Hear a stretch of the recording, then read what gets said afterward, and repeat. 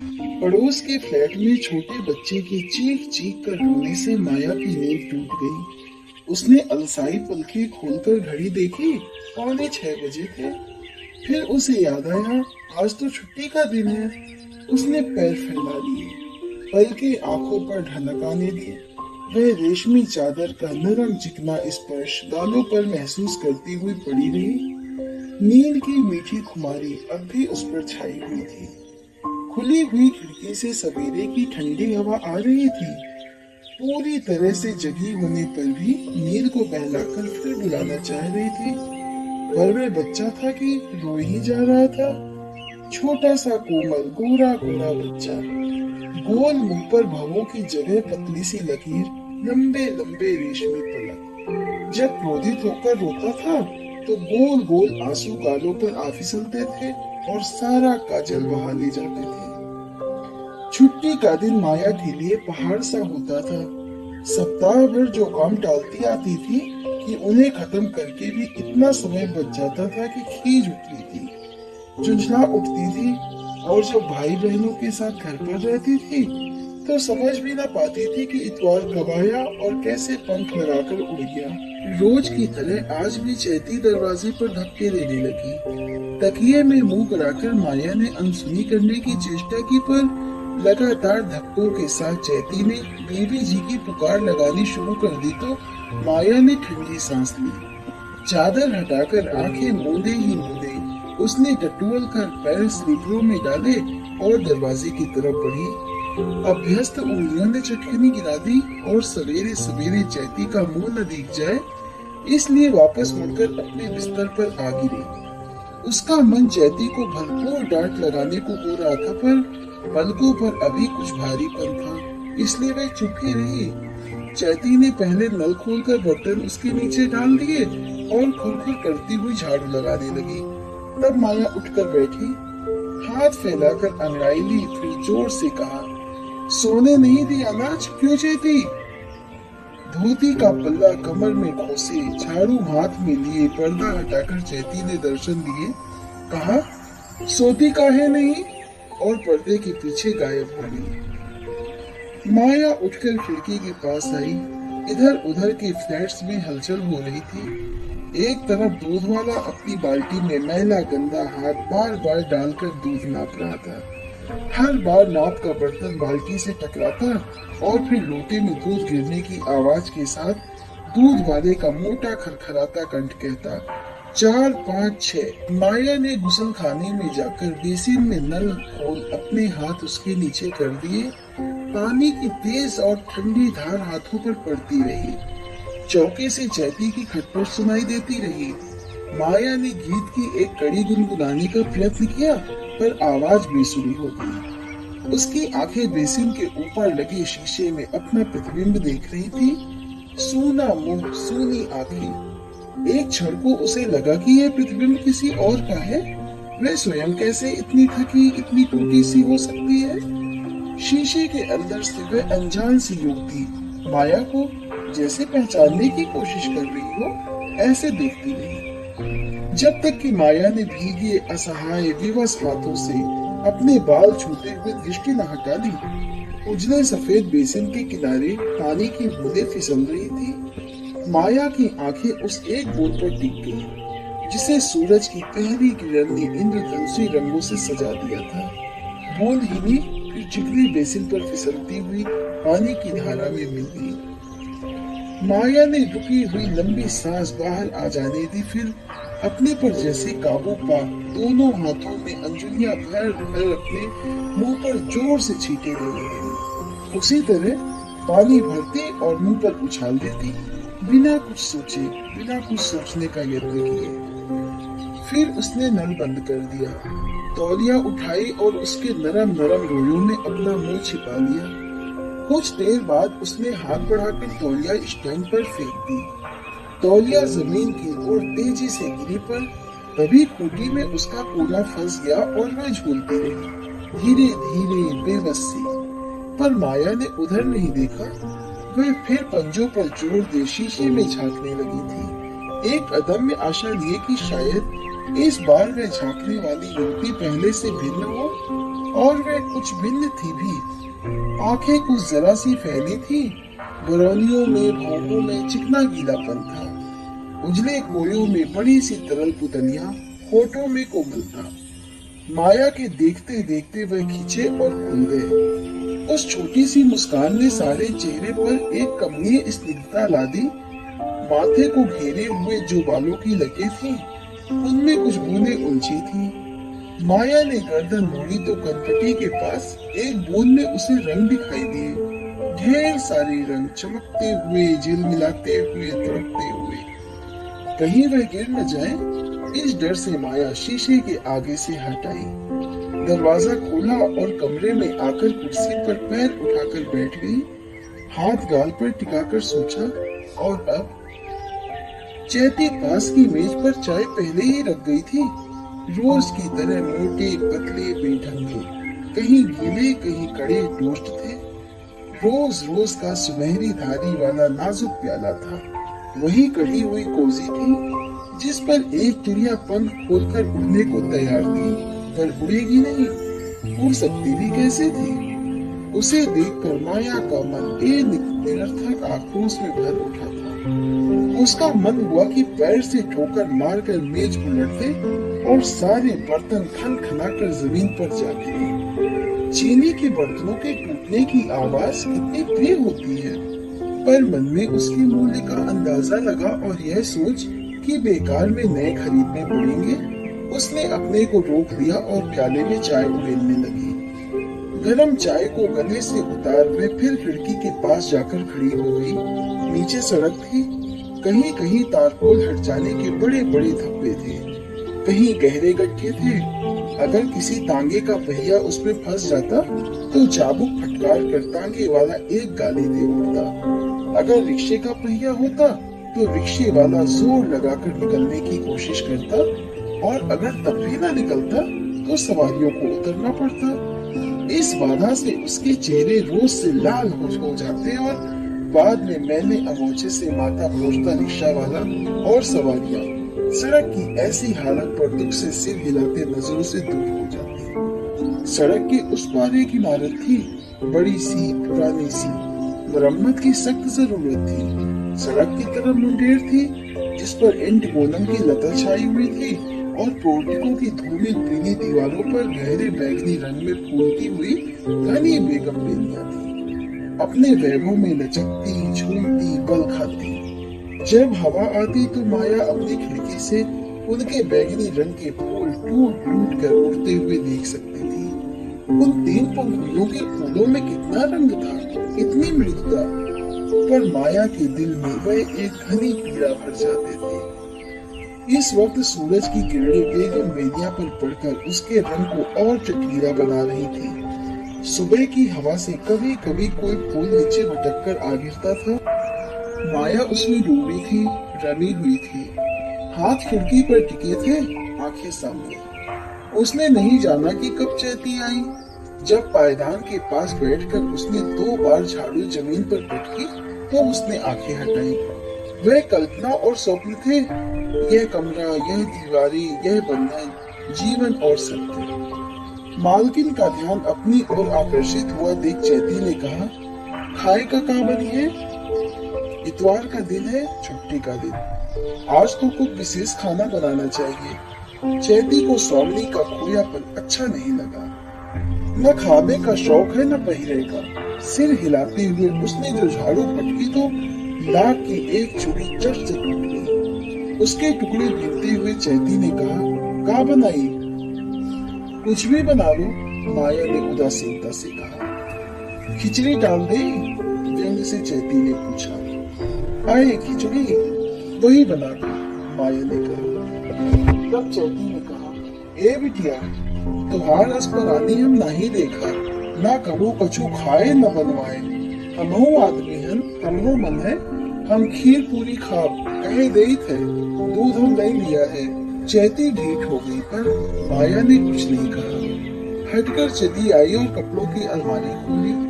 कुछ रेशमी कपड़े धोने के लिए सप्ताह भर से रखे थे, उन्हें बाहर किया और जाकर गर्म पानी में साबुन घोलकर डाल दिए।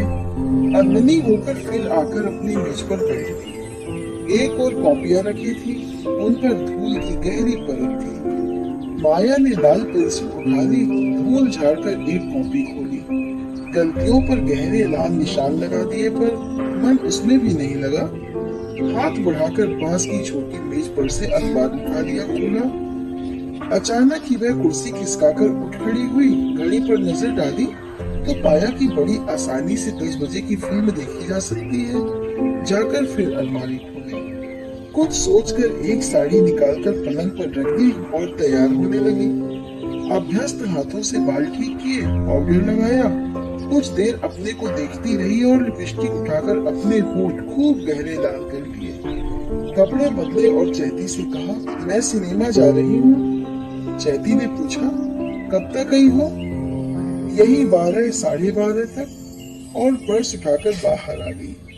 खुली खिड़की से हवा आई और अखबार के पृष्ठ उड़कर फर्श पर जा गिरे। खुली कॉपी के पेज सरसराते रहे, मेज पोस्ट का कोना हिलता गया और हाल में बैठी माया को लगा कि जिस अकेलेपन से बचना चाहकर वह सिनेमा चली आई थी, उससे निष्कृत कहाँ हुई। अभी उसकी नितांत अकेले बैठकर सिनेमा देखने की आदत नहीं हुई थी। कुछ विचित्र अटपटा सा लग रहा था। इंटरवल में उसने एक उड़ती सी नजर से इधर उधर देखा तो पाया कि कॉलेज की संस्कृत टीचर मिसेस भारद्वाज भी कुछ दूर बैठी है। उसने भी माया को देखा और हाथ हिलाकर पास बुलाया। माया को उनका साहचर्य विशेष प्रिय न था, पर यह सोचकर कि एक से दो भले, उठकर उनके पास चली गई। अकेली ही हो? प्रश्न हुआ। मिसेस भारद्वाज की तीव्र दृष्टि माया पर थी। जी। आज तो तुम पहचानी नहीं जा रही हो, कुछ व्यंग से मिसेस भारद्वाज ने कहा। उत्तर में माया ने मुस्कुरा दिया। तभी एक वयस्क से सज्जन उसकी ओर देखते हुए पास आ गए। मिसेस भारद्वाज ने कहा, यह मेरे पति हैं, मिस्टर भारद्वाज। आप मिस सहगल हमारे कॉलेज में हिंदी पढ़ाती हैं। मिस्टर भारद्वाज ने नमस्कार किया और पास वाली सीट पर बैठ गए। कुछ वार्तालाप करने का प्रयास करते हुए पूछ लिया, अभी ही आई हैं आप? कुंठित हो माया ने कहा, जी। पत्नी की ओर उन्मुख होकर पूछा, चाय वगैरह कुछ मंगवाऊं? मंगवा ले। यह साड़ी बड़ी प्यारी है, यहीं से ली है? मिसेस भारद्वाज ने पूछा। मदर ने भेजी है। आपका घर यहाँ नहीं है? मिस्टर भारद्वाज को जैसे कुछ बात करने का विषय मिला। जी नहीं। और फिर कहा, लखनऊ में है। वहां से आप यहाँ आई, इस छोटे शहर में? माया की मुस्कान अनजाने में ही विषादपूर्ण हो गई। कहा, यहाँ आसानी से नौकरी मिल गई। आपको पहले कभी नहीं देखा। पति को धीरे धीरे खुदते देख मिसेस भारद्वाज ने कुछ चेतावनी के से स्वर में कहा, यह नई आई है इसी साल। वेरा के चाय ले आने से व्यवधान पड़ा। माया ने अभी एक घूंट ही चाय पी थी कि हॉल की रोशनी बुझ गई। उसके उठने का उपक्रम करने पर मिसेस भारद्वाज ने बाह पर हाथ रखकर रोकते हुए कहा, यहीं बैठी रहो ना। माया फिर बैठ गई, पर उसका मन हो रहा था कि मिस्टर और मिसेस भारद्वाज के बीच की सीट से उठ इधर मिसेस भारद्वाज के पास बैठ जाए, पर यूं उठ जाना अभद्रता होती। मिस्टर भारद्वाज शालीनता से बैठे रहे, कभी भूल से भी उनकी कोहनी या कंधा माया से नहीं छुआ, पर कुछ हंसी की बात पर उनका जोर से खुलकर हंसना माया को खटक जाता था। आखिर ऐसा ठहाका कि हॉल गूंज जाए, लगाने की क्या जरूरत? बीच में माया ने अपने को छिड़का भी, फिर इस जरा सी बात पर वे बेकार ही मन क्यों उड़ रही है। फिल्म अधिक लंबी न थी। जब समाप्त हुई तो माया ने मानसिक यातना से छुटकारा पाया। शिष्टता के साथ जितनी जल्दी उनसे छुट्टी ले सकती थी लेकर माया अलग हुई, पर अभी उसका मन घर जाने को न हुआ। सड़क के एक किनारे खड़े होकर कुछ देर सोचा कि और क्या किया जाए। ध्यान आया कि दूर के रिश्ते के एक भाई यही कहीं आसपास रहते हैं और माया के न आने का कई बार उलाहना दे चुके हैं। उनके घर आधा घंटा बिता आया जाए। पर्स में एक स्लिप पर उनका पता लिखा था, उसे ढूंढकर निकाला। घर उनका आसानी से मिल गया। बांसों को बांधकर एक घेरा सा बना ले दिया गया था। कुछ सूखे सूखे टमाटर के पेड़ और कुछ गेंदे फूल रहे थे। माया ने दरवाजे पर थपकी दी। कुछ देर में एक महिला अंदर से झांकी। अंदाज से सोचकर कि यही भाभी होंगी, माया ने नमस्कार कर कहा, चंदन भाई साहब हैं, मैं माया हूँ। भाभी उत्तर में मुस्कुराई और दरवाजा खोलते हुए कहा, आइए।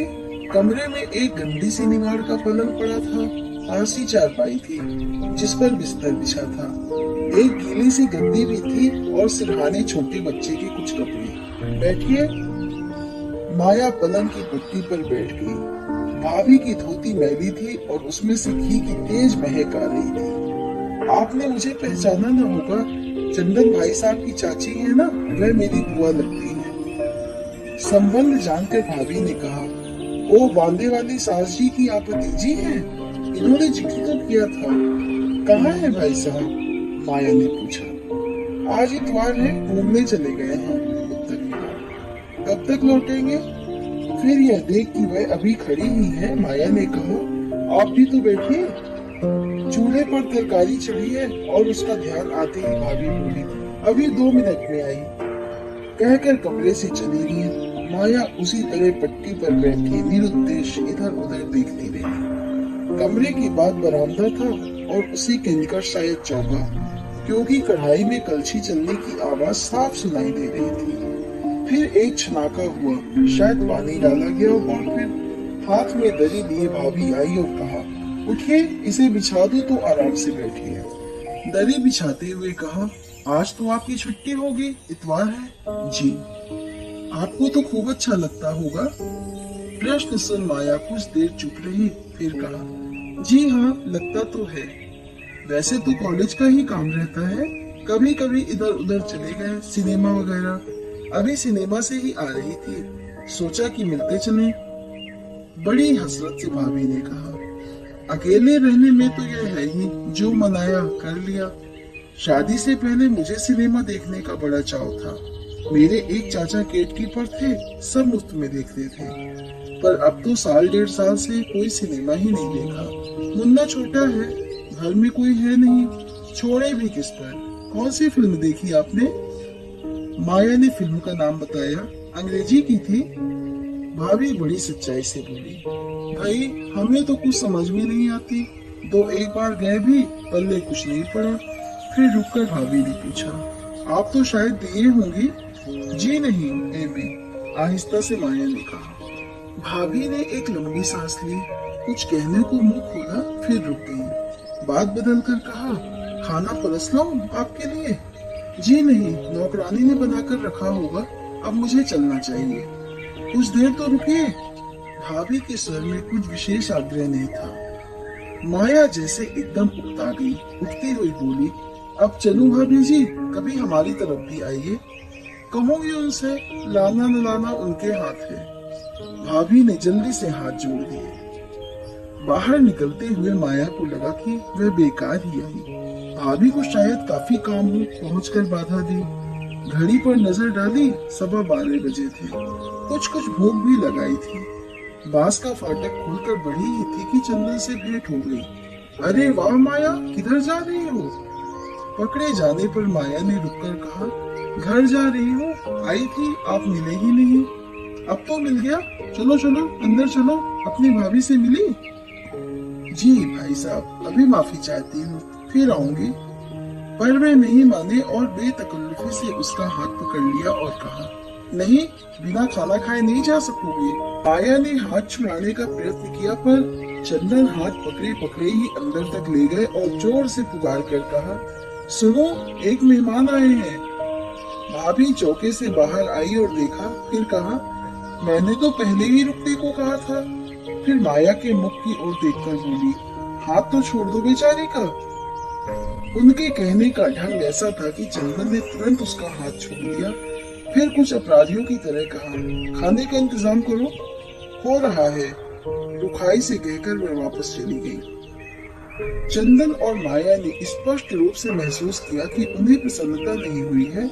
माया ने फिर कहा, भाई साहब, बेकार झंझट होगा, मेरी नौकरानी इंतजार कर रही होगी। झंझट क्या, खाना अभी बना जा रहा है। स्वर ऊंचा कर उन्होंने पत्नी को पुकारा, सुनो, जरा जल्दी कर दो। अंदर से उत्तर आया, कर रही हूँ, पहले जरा मुन्ने को नहला दूं। तब माया जाकर उधर खड़ी हो गई। कहा, भाभी जी, आपको परेशानी हो रही है, मैंने तो कहा था। भाभी धूप में बैठकर बच्चे को नहलाने की तैयारी कर रही थी। माया को भूख लगने लगी थी। जहां वह खड़ी थी वहीं से झांक कर देखा, चूल्हा खाली था। बच्चा चीख चीख कर रोता रहा। भाभी उसे साबुन लगाती रही। उनके ढंग से ऐसा लग रहा था जैसे आज ही रगड़ रगड़ कर बच्चे को बूढ़ा कर देंगी। माया बैठी बैठी अपने को कोसती रही कि किस क्षण में उसने यहाँ आने को सोचा। आखिरकार भाभी ने बच्चे को पोंछकर कपड़े पहनाए और कपड़े पहनाकर पालने में लिटा दिया और कहा, जरा दही ला दीजिए, रायता बन जाएगा। नहीं नहीं, माया ने जल्दी से कहा, रायते की कोई जरूरत नहीं। पर भाभी ने नहीं सुना। चंदन भाई साहब दही लाने को भेज दिए गए। भाभी चौके में जाकर खटर खटर करने लगी। बच्चा रोता गया। माया ने उठकर उसे गोद में ले लिया। हिलाया डुलाया तो वह चुप हो गया। उसे कंधे से लगाकर माया ने बरामदे में कई चक्कर लगाए। फिर देखा वह सो गया था। धीरे से लिटाया तो वह फिर जग गया। उसके चीखने से पहले ही माया ने उसे फिर कंधे से लगा लिया और टहलने लगी। घूमते घूमते उसके पैर थक गए, कंधा दुखने लगा, पर भाई साहब दही लेकर नहीं लौटे। भाभी जी रोटी बनाने का सारा आयोजन कर चूल्हे के पास चुपचाप बैठी थी। माया से कहा, देखा, जहाँ जाते हैं वहीं के रहते हैं। 2 कदम पर बाजार है। फिर एकाएक उठते हुए बोली, जाने कब तक आएंगे? मैं नहा लूं, आप कहे तो आपको खाना परस दूं। भाई साहब को आ जाने दीजिए, माया ने कहा। भाभी उठकर अंदर गई। गुसल खाना बंद किया ही था कि भाई साहब आ गए। प्रश्न भरी दृष्टि से इधर उधर देखा। माया ने अपने आप ही कह दिया, नहाने गई हैं। नहाने गई हैं? यह नहाने का टाइम है? इनके सब काम उल्टे होते हैं। कहकर दही उन्होंने रख दिया और बाहर से कुंडी खड़काई। भाभी चुप रही। माया ने बच्चे को पालने पर लिटा दिया। इस बार वह सोता ही रहा। वह थकी थी और भाई साहब झुंझलाए। 2-1 बात कर दोनों चुप हो गए और प्रतीक्षा करते रहे कि कब भाभी निकले। भाभी साफ सुथरी धोती पहनकर बाहर आई, माथे पर बिंदी लगाई, मांग से सिंदूर छुआया। बिना किसी जल्दी के धीरे धीरे चौके में आकर बैठ गई। रायता बनाया, चूल्हा फूका। फिर उन्होंने पूछा, कहाँ खाएंगे? चटाई बिछा ले, वही रखी है कोने में। माया ने चटाई बिछा ली, सैंडल उतार डाले, हाथ धोकर चौके में गई और थालियां उठाकर बाहर ले आई। दाल एकदम ठंडी और पतली थी, रायते में काफी ज्यादा नमक। माया को बरबस चैती की बनाई नरम नरम पूरियां और मेवे की खीर की याद आ गई। खाने के बाद कुछ देर वह और बैठी। जब भाभी स्वयं भी खा चुकी तब वह विदा लेकर आई। चैती शायद इंतजार करते करते थक कर चली गई थी। माया ने अपने पास की दूसरी चाबी से ताला खोला। घड़ी की सुइयां 3 पार कर चुकी थी। कमरे की छाव में मधुर शीतलता थी। माया ने सैंडल उतार दिए, पर्स कुर्सी पर डाल दिया और चौकी की तरफ गई। खाना सब ढका रखा था। पूरियां, सूखी मटर, दम आलू और गाढ़ी मेवे की खीर। लगता था कि चैती ने भी खाया नहीं था। कुपित हो भूखी ही घर चली गई थी। माया वहां से गुसल खाने में गई। उसकी आंखें जल रही थी। सोचा कि ठंडे पानी से धो ले, तब उसकी दृष्टि पड़ी उन कपड़ों पर जिन्हें गर्म पानी और साबुन में डुबाकर वे बिल्कुल भूल गई थी। उसने झटपट कपड़े अलग अलग उठा लिए। एक ब्लाउज का पीला और हरा रंग निकलकर दूसरी ब्लाउजों और सफेद सिल्क की साड़ी में लग गया था। दोष अपना ही था, फिर भी न जाने क्यों उसे रोना आ गया। रेशमी ब्लाउज के कच्चे निकल जाने पर और कपड़े खराब हो जाने पर नहीं, बल्कि अपनी जिंदगी के पैटर्न पर, उसके खोखलेपन और सारहीनता पर। किस लिए वह घर बार छोड़कर इतनी दूर कर पड़ी थी? किस लिए वह सुबह से शाम तक कॉलेज में मदद बच्ची करती थी? इसलिए कि जिंदगी के एक दिन एक एक करके गुजरते जाए और हर गुजरा हुआ दिन उसके जीवन का खालीपन और भी गहरा करता जाए। और एक दिन सोचे कि इस जीवन में उसने क्या पाया, तो पता चले कि एक लंबे अनंत मरुस्थल की तरह था। माया ने ब्लाउज फिर उन्हीं कपड़ों में डाल दिया और आकर औंधी ही पलंग पर पड़ गई। जब वह जगी तो कमरे में अंधेरा था। धूप न जाने कब खिड़की की राह चली गई थी। घड़ी की सुइयां अंधेरे में चमक रही थी।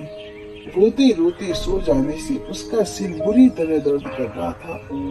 इतवार की शाम को चैती नहीं आती थी। माया ने उठकर पानी पिया और कमरे में बत्ती जला दी। मेज के पास कुर्सी पर बैठ गई। मेज पर कॉपी खुली पड़ी थी। लाल पेंसिल के निशान चमक रहे थे। माया बहुत देर तक बैठी बैठी बाहर देखती रही। आसमान में दो एक तारे निकल आए थे। पड़ोस में दूध वाला बाल्टी खटका रहा था। दूध नापता हुआ मोटे से एक रस स्वर में कह रहा था, 2 3 4। सीढ़ियों पर ऊपर नीचे आते जाते जूतों की आवाज आ रही थी। गुसल खाने में कपड़े भीग रहे थे। चौके में ठंडा खाना रखा हुआ था और कनपटी के पास एक शिरा बुरी तरह दुख रही थी। धीरे धीरे आकाश काला हो गया। तारों की ज्योति में उज्ज्वलता आ गई। आने जाने वालों का दौर थम गया। माया एक सांस लेकर उठी।